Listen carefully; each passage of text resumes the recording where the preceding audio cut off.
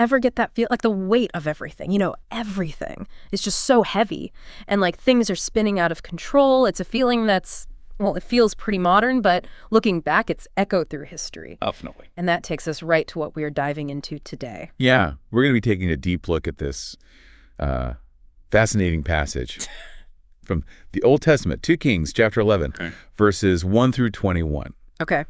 And it's not a section that everybody knows, right? Yeah. But it throws you right into this dramatic, kind of terrifying situation. Queen Athaliah has taken control in Judah. And to make sure she stays in power, she tries to eliminate the whole royal family. And it's a time of real darkness, real injustice. It's hard to even imagine that happening. I mean, getting rid of a whole family line like that, it's just chaos. It's like pure cruelty winning. Right. But, and this is the important part, right, in this really dark story, there are some amazing insights. And that's what we're after in this deep dive. Those core lessons about leadership that sticks to its principles no matter what. And the power of being committed to something bigger than yourself, even when things look really bad. Because, as this old story shows, even in the darkest times, some truths just shine through. Exactly. Even in those, like you said, darkest times.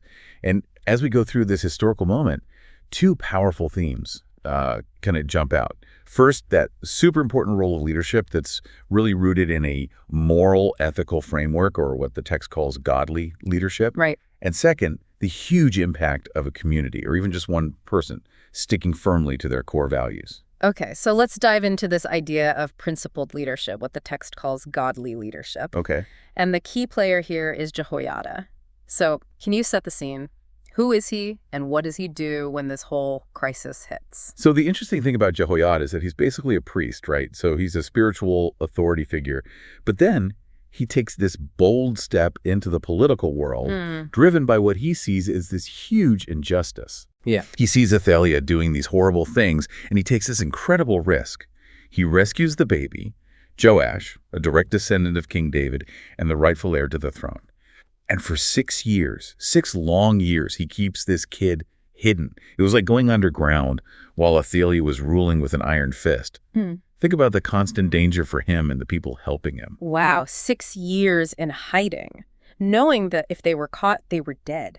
That kind of loyalty, not just to a baby, but to this whole legacy, to the promise of a just ruler. Right. It's pretty mind-blowing. It is. And then when he thinks it's the right time, he doesn't just keep Joash hidden. He puts together this bold, very public reveal and coronation. He's directly challenging Athaliah's power. Exactly. This wasn't some quiet suggestion to change things up. It was a deliberate, decisive move against the person in charge, even though she wasn't the rightful leader. And it's more than just swapping one ruler for another.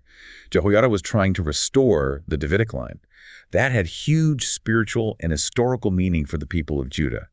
His leadership ended a time of real oppression and made way for order and justice to return.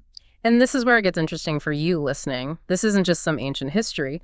Think about the leaders in your own life, at work, in your community, even in the wider world.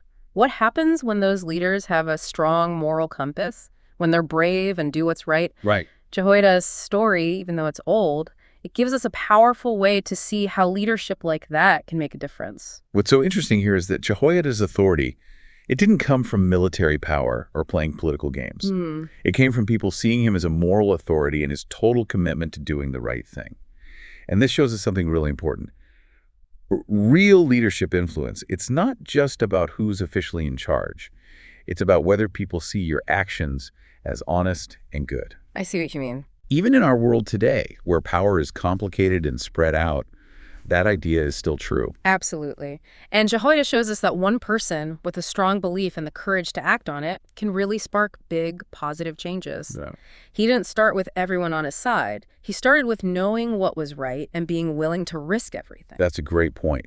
And thinking more broadly about leadership, Jehoiada, he wasn't just about taking control. Right. He was reminding everyone of their core values that had been pushed aside by this tyrant.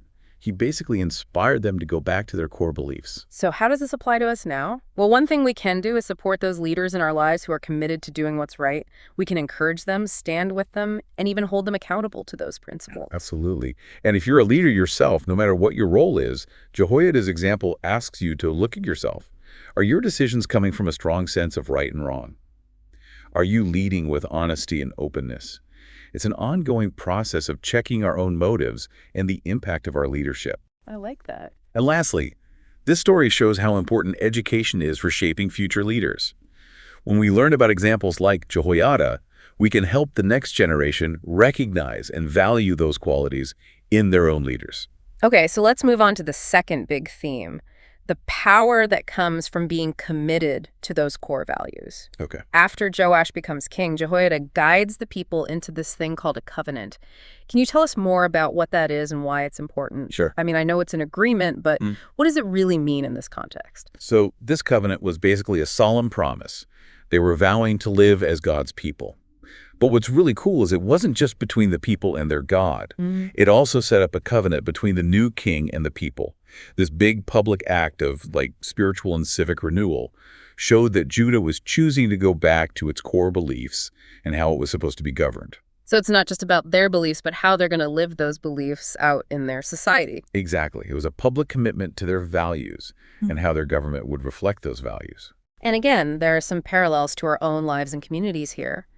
Think about those times, personally or as a group, when deciding to recommit to your shared values made a positive difference, like a fresh sense of purpose or unity. It's a great point.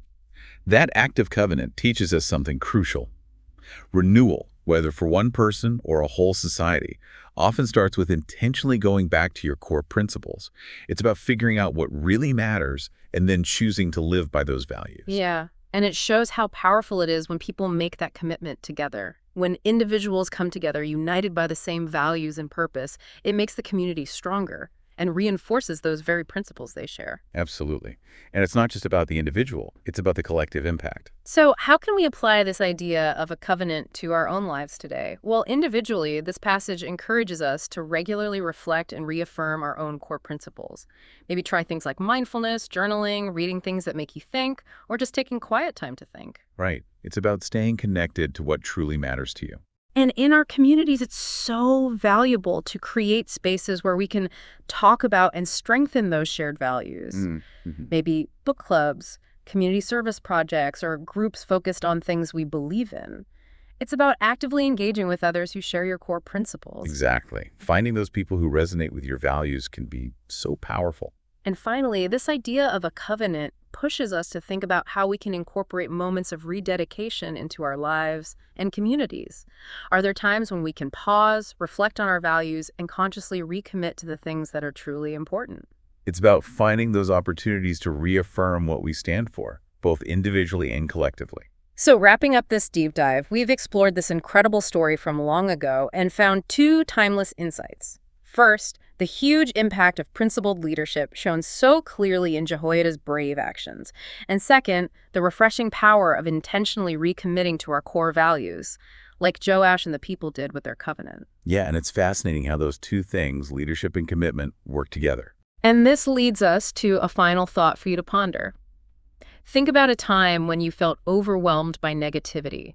Maybe things felt like they were falling apart. In that situation, how might a leader with strong integrity have changed things? Or what if you had recommitted to your own deepest values? How could that have shifted things? What steps can you take right now to cultivate those principles in yourself and encourage that shared commitment in your community? It's something to really think about. It really is something to carry with you. Thanks for joining us. It's been a pleasure.